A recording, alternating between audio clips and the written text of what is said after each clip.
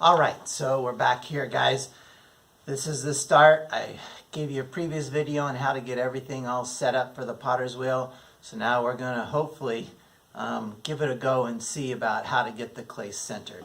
So again, I'm going to take my sponge. I'm going to go ahead and just dampen the bat on the wheel head. Not covered with a lot of water, but just enough to get it a little bit moist. I'm going to take my piece of clay that I've wedged, I've prepared, I've patted into a ball shape as best I can. I'm just going to put it in the center. Now you'll watch other videos on YouTube perhaps and see other potters, and some of them will like, bam, throw the clay down and they can get it pretty close to the center. Sometimes you miss horribly. I don't mess with any of that. I just kind of put it in the center by eye the best I can. Take the heel in my hand, bap, bap, like 2 taps down, and that's good enough to get it started. So now I'm going to go ahead and turn the wheel on, give it a kick to get it going, and now I can go ahead and step on the gas pedal, so to speak, and engage the wheel so that it's moving. You can see it's not centered, it's wobbling, okay? It's not turning true in the middle of the bat. So that's the first thing we're going to work on, is to try to get the clay attached to the bat and then centered. So we're going to take our hands, we're going to get water on our hands. We're mainly using the palms of our hands here, not our fingertips. We want to get this to stick to the bat first. Don't put a lot of water on it, because if you do and it seeps underneath it, your piece of clay is going to slide all around. It won't attach to the bat, and you'll end up probably having to take it off, dry it a little bit, or re-wedge it and start all over. So just enough water on your hands to get started. You're going to take your hands, kind of put them together like this.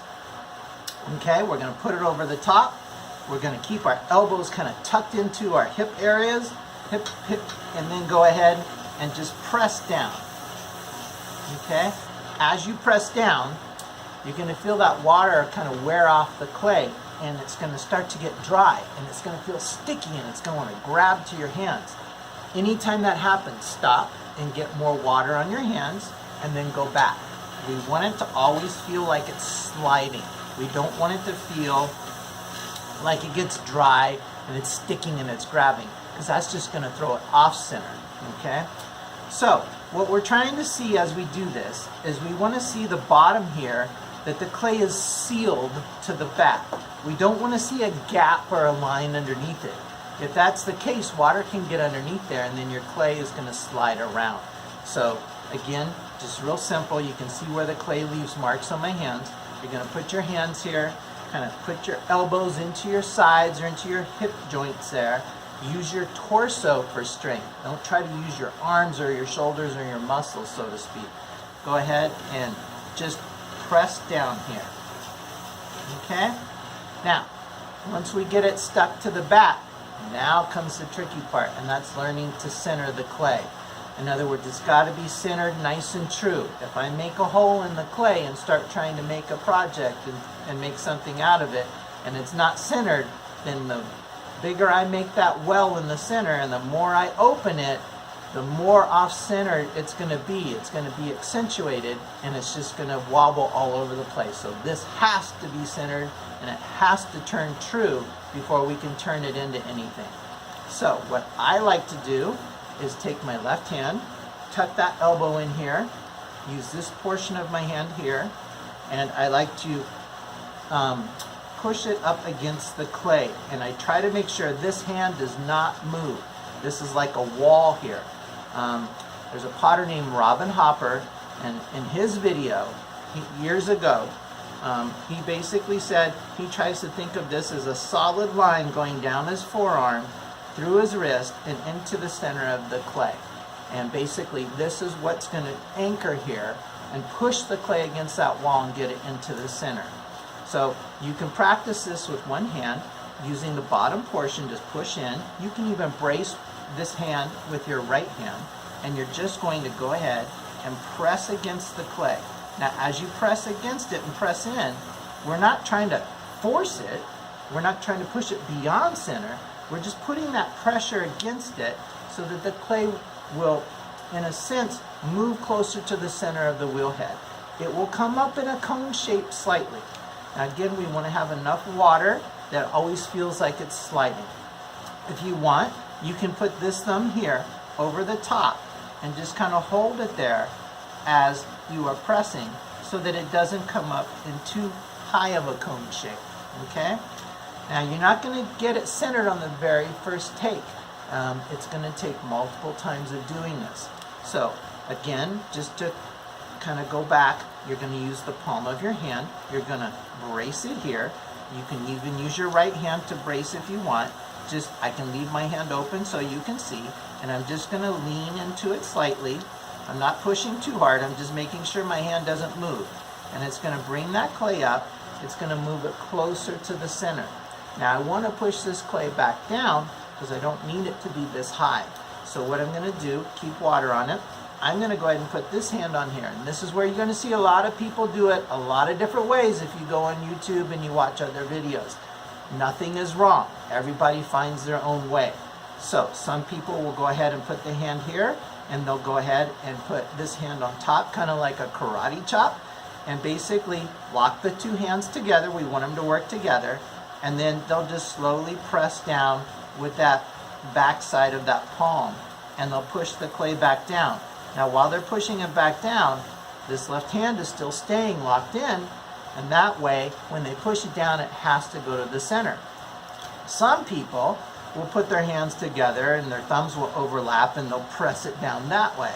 I've seen others grab their thumb, use the palm of their hand, and press it down that way. So I don't think any way is wrong. I think you just, as you work with clay, you find the method that works best for you. I've also seen another potter. Let me just true this up a little bit more. That will basically say the same thing and go ahead and press in to move it to the center. Let the clay be displaced and rise up as you do it. And then what they suggest, and his name is Ewan Craig, he's a potter that's in Japan. He will then take the hand and in this little cup of your hand or your palm, kind of wrap that down over the top. He says he kind of uses his finger like it's a toy gun, points at the edge of the wheel head, and actually points and presses down, and that can move the clay again back into the center. And whenever you take your hands off the clay, you take them off slowly and nicely. If you go and you make any sudden movement, it'll cause the clay to move kind of like a jerk, and it will knock it off center. And we want to try and keep it center, nice and true. Okay? So just going to go through that process again. Now you'll usually have a little skirt of clay down here at the bottom. You can take your finger and just wipe some of that away to true it up if you need to. The hardest part is kind of getting this hand down underneath to get that edge there to try and center up the bottom. I find it's much easier to get the top centered, but it's very difficult to get the bottom centered. Okay? So you can see I'm using a lot of water.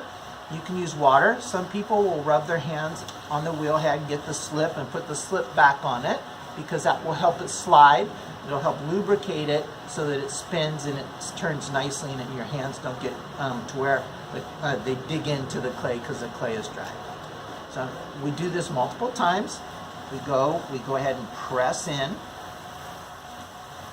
Let the clay be displaced and come up into that cone shape. Okay? Again, I'm not pressing real hard. I'm just using enough force to hold this hand steady so that the clay has to go where I want it to go. If I let this hand bump all around and move, then this is going to move and it's going to be off center. I could make it even worse. But if I hold my hand steady here, like a wall, that clay is going to eventually move against that hand and it's going to go ahead and move back into the center. Okay, so I'm going to go ahead and push this down a little bit.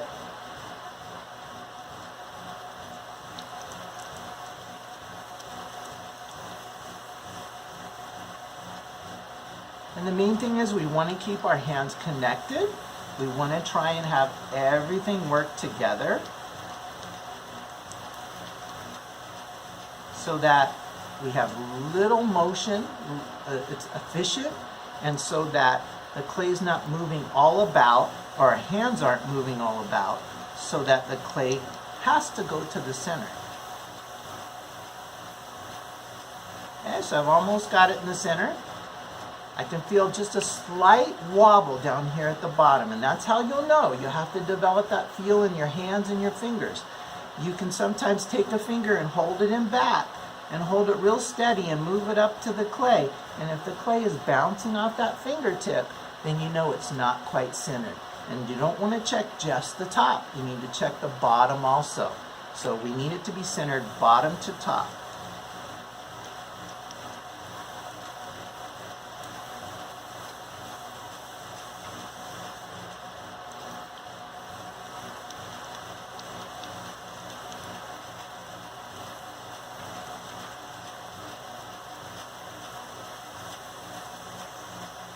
All right, so now at this point, I pretty much have it centered. What I would suggest is you make yourself several balls of clay and you practice this. So get it centered, knock it off centered. Get it back centered, knock it off centered. Get it back centered, knock it off centered. Just practice doing that over and over. The more you can practice that and the quicker you can become at it and the more efficient, the quicker you're gonna learn to throw. Don't think that the first time you come on the wheel, it's about making something and having a finished piece. You're learning the process. Learning the process is more important than having a finished piece or outcome. That will come down the road after you practice more. So again, practice, practice, practice. Anytime you're in class, you're caught up with the other assignments, you've got free time, and you want to learn this, you got to put in the time, you got to jump on the wheel, you got to work at it. Trust me, it didn't come easy for me. I had to put in a lot of time to learn how to do it. And it's amazing to watch people that have that experience and that practice because they make it look so simple. And you can get there too, but you gotta put in the time. Just like a sport, just like anything, playing a musical instrument, you gotta put in the practice time if you wanna get good at it. I've been doing it for about 28 years now. And I tell you what, I'm still learning. I don't know that I'll ever get to the point that I feel like I haven't mastered. But I have fun doing it. I enjoy it. You get a lot of satisfaction when you make a nice piece. So hang in there, keep working at it, and you'll have a lot of fun. Okay, see you in the next video.